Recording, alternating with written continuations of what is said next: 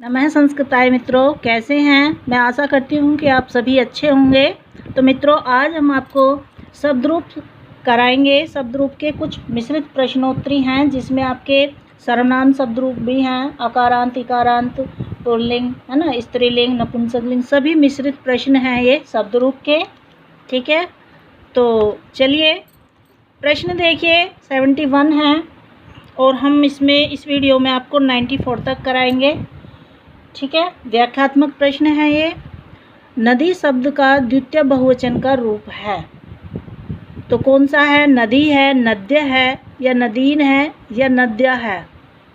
तो द्वितीय बहुवचन का नदी है। ठीक, अब देखिए नदी किस विभक्ति का रूप है। द्वितीय बहुवचन का है, प्रथमा एकवचन का है, प्रथमा बहुवचन का है, या द्वितीय एकवचन का है। अभी हमने आपको बताया था नदी ही किस विभक्ति का। नदी ही आपको इसमें बताया था द्वितीय बहुवचन का। किसका? द्वितीय बहुवचन का। ठीक है, अब देखिए नद्याम जलम अस्ति में रेखांकित अंश में विभक्ति है। रेखांकित अंश क्या है? नद्याम।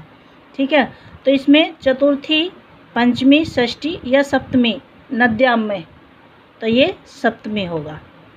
ठीक, नदी इति शब्दस्य तृतीय विभक्तो एक वचनम किम।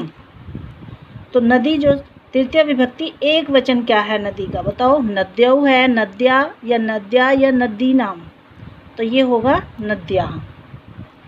नदी शब्द से सप्तमी विभक्ति एक वचन में रूप बनेगा। सप्तमी विभक्ति एक वचन में रूप, नदीम, नद्या, नद्याम, नदीषु। तो सप्तमी विभक्ति एक वचन में नद्याम। ठीक, फिर देखिए मति शब्द का चतुर्थी एक वचन का रूप है। मत्यई, मत्ये, मत्यई, मत्ये, मत्यई, मत्ये, दोनों सही हैं, दोनों नहीं। तो मत्यई भी हो सकता है और मत्ये भी हो सकता है चतुर्थी एक वचन में।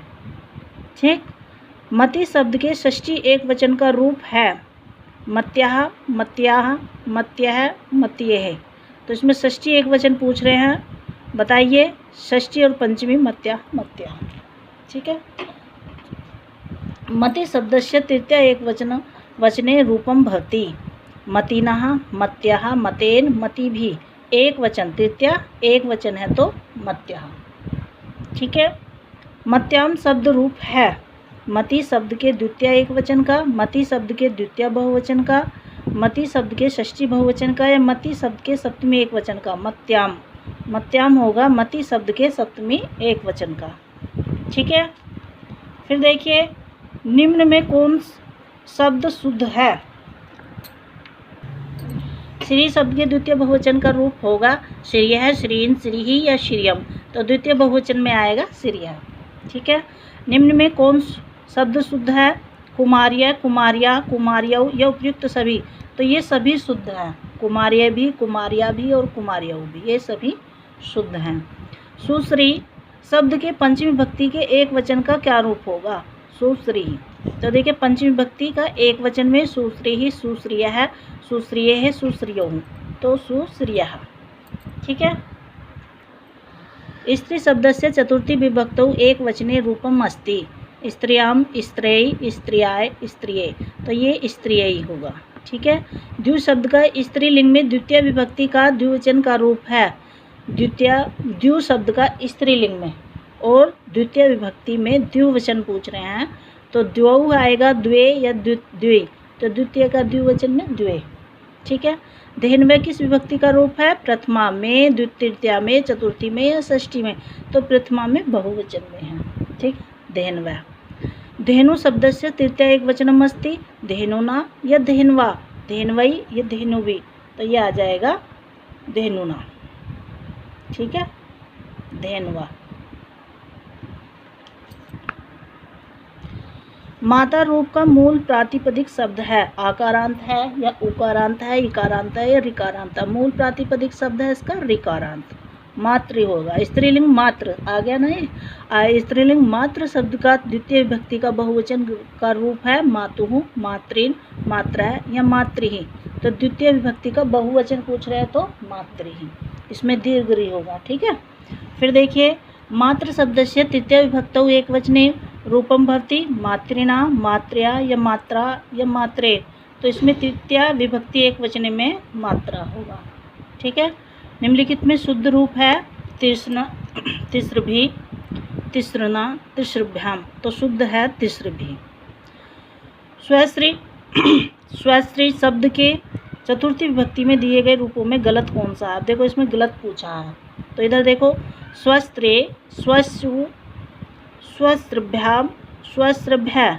तो इसमें ये पूछा है कि चतुर्थी विभक्ति में, किसमें पूछा है? चतुर्थी में कौन सा गलत है? तो बताइए कौन सा गलत है इसमें? स्वसु।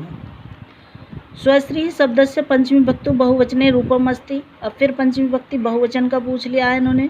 स्वश्रिभ्य, स्वसाभ्य, स्वसाभ्य, स्वश्रभ्य।